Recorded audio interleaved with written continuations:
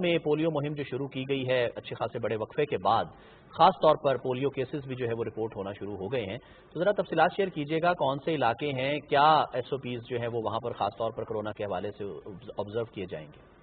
جی بالکل، بدقسمتی سے کرونا کی وجہ سے کچھ عرصہ کچھ مہینے تعطل کا شکار رہی پولیو مہم ملک بھر میں ہی۔ اب پنجاب کی 3 اضلاع ہیں، لاہور، اٹک اور فیصلہ آباد، جہاں پر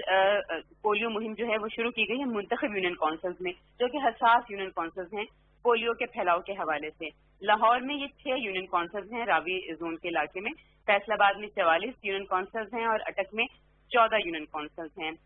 تقریباً 900 ٹیمیں ہیں جو ان تینوں شہروں میں جو گھر گھر جا کر بچوں کو ان مخصوص یونین کونسلز میں 5 سال سے کم عمر بچوں کو انسداد پولیو کے قطرے پلائیں گی۔ اس کے علاوہ جو داخلی خارجی راستوں پر بھی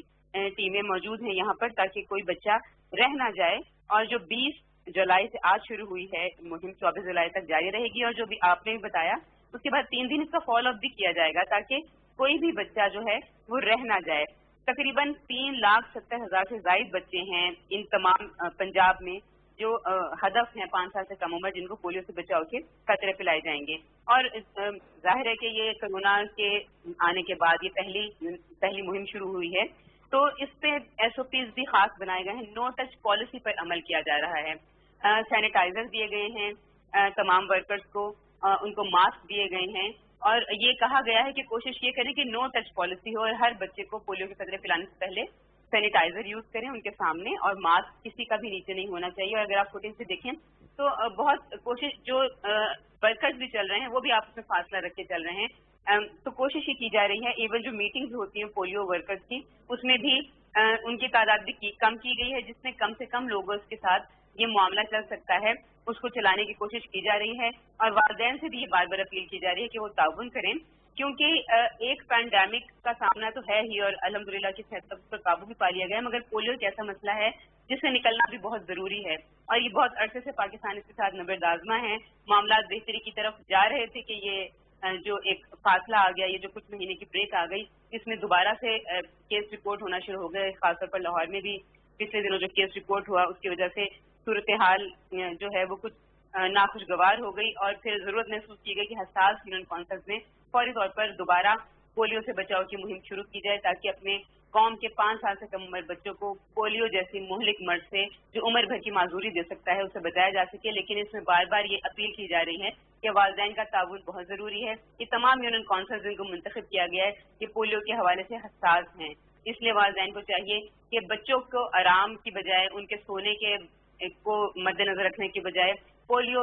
ورکر سے تعاون کریں اور اپنے بچوں کو پولیو سے بچاؤ کے 2 قطرے ضرور پلائیں۔ جی بالکل، ہما صدف ہمیں یہ بھی بتائیے گا کہ یہ ایس او پیز تو مرتب کیے گئے ہیں یقیناً، لیکن کیا ان کو مانیٹر کرنے کے لیے بھی کوئی لاہے عمل ترتیب دیا گیا ہے کہ اگر کہیں لاپرواہی برتی جاتی ہے تو اس کا کیا طریقہ کار ہوگا؟ جی بالکل، آج تو پہلا روز ہے۔ ایس او پیز بالکل جو عالمی ادارہ صحت کی ہدایات کے مطابق جو ہیں وہ تشکیل دیے گئے ہیں، اور جو ضلعی انتظامیہ ہے لاہور میں وہ اس کو مانیٹر کر رہی ہے، اور بالکل اس کو مد نظر رکھا جا رہا ہے کہ کسی طرف بھی ایس او پیز کی خلاف ورزی نہ کی جائے۔ اگر کسی قسم کی شکایت، میڈیا بھی مانیٹر کر رہا ہے، آزاد میڈیا وہ مانیٹر کر رہا ہے۔ اس کے علاوہ مانیٹرنگ کے لیے پہلے بھی ٹیمز ہوتی ہیں، رجسٹر چیک کرتی ہیں، اور بعد میں لوگوں کے گھروں میں جا کے پوچھا جاتا ہے کہ ٹیمز آئی تھی نہیں آئی تھی، اور کیا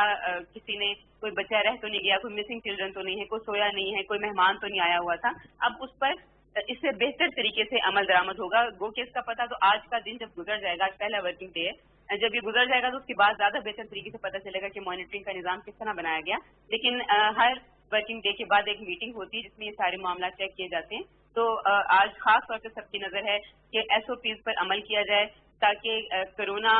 کے جو ایس او پیز ہیں ان پر بھی سوشل ڈسٹینسنگ سے لے کر ماسک اور سینیٹائزر سمیت تمام معاملات کو بھی دیکھا جا سکے، اور احسن طریقے سے 5 سال سے کم عمر بچوں۔ اچھا ہما، یہ ضرور بتائیے گا، جیسے آپ نے کہا کہ حساس یونین کاؤنسلز ہیں، ہم نے بھی یہ 5-6 جو یونین کاؤنسلز ہیں لاہور کی